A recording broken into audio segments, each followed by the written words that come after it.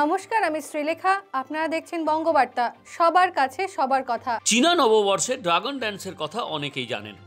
কলকাতায় বসবাসকারী চীনা নাগরিকরাই শুধু নয়, শহরবাসীদের চাইনিজ খাবারের প্রতি যেমন অচ্ছেদ্য টান, তেমনি প্রতি বছর এই 28শে জানুয়ারি চীনা নববর্ষে ড্রাগন ড্যান্সের সঙ্গে চাইনিজ খাবারের পসরা নিয়ে উপস্থিত হয় চাউম্যান রেস্টুরেন্ট। চাউম্যানের ম্যানেজিং ডিরেক্টর দেবাদিত্য চৌধুরী জানালেন, ড্রাগন ড্যান্স ও চাইনিজ খাবারের অনেক অজানা কথা। ক্রেতাদের কাছে চীনা সংস্কৃতির ছোঁয়াও তারা পৌঁছে দেন প্রতি বছর। তার জন্য চায়না টাউন যাওয়ার প্রয়োজন পড়ে না। আজকের দিনে বিশেষ মেনু থাকে তাদের। ড্রাগন ড্যান্স দেখতে দেখতে চীনা খাবারের স্বাদ উপভোগ করতে পারবেন আপনিও। শুনুন সে কথাই। আজকে আমরা চাইনিজ নিউ ইয়ার সেলিব্রেট করছি। এটা ইয়ার অফ স্নেক। প্রত্যেক বছরই প্রথাগতভাবে আমরা এটা সেলিব্রেট করি, চাউম্যান সেলিব্রেট করে।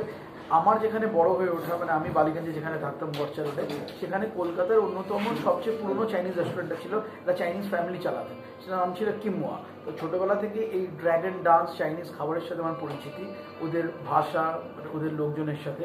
এবার অনেক বছর হয়েছে এই ড্রাগন ডান্সটা চায়না টাউনের বাইরে বন্ধ হয়ে গেছে, কারণ এই ফ্যামিলিজ যারা থাকতো তারা নেই, সেরকমভাবে সেলিব্রেট করে না। তাই জন্য গত 5-6 বছর ধরে এটা রিলিজিয়াসলি আমরা সেলিব্রেট করি চাইনিজ নিউ ইয়ারটা।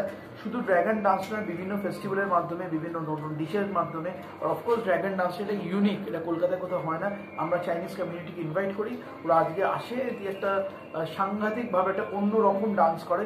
ডেফিনেটলি আপনারা আজকে দেখছেন, বাজারে দেখছেন, প্রচুর লোক জড়ো হয়ে যায়। ওরা বিভিন্ন ড্রামস নিয়ে আসে, বিভিন্ন ধরনের পারকাশন ইনস্ট্রুমেন্ট নিয়ে আসে, ওই ইনস্ট্রুমেন্টের তালে তালে ওরা নাচে। এই সব নিয়ে চাইনিজ নিউ ইয়ার। আপনারা দেখছেন বঙ্গবার্তা।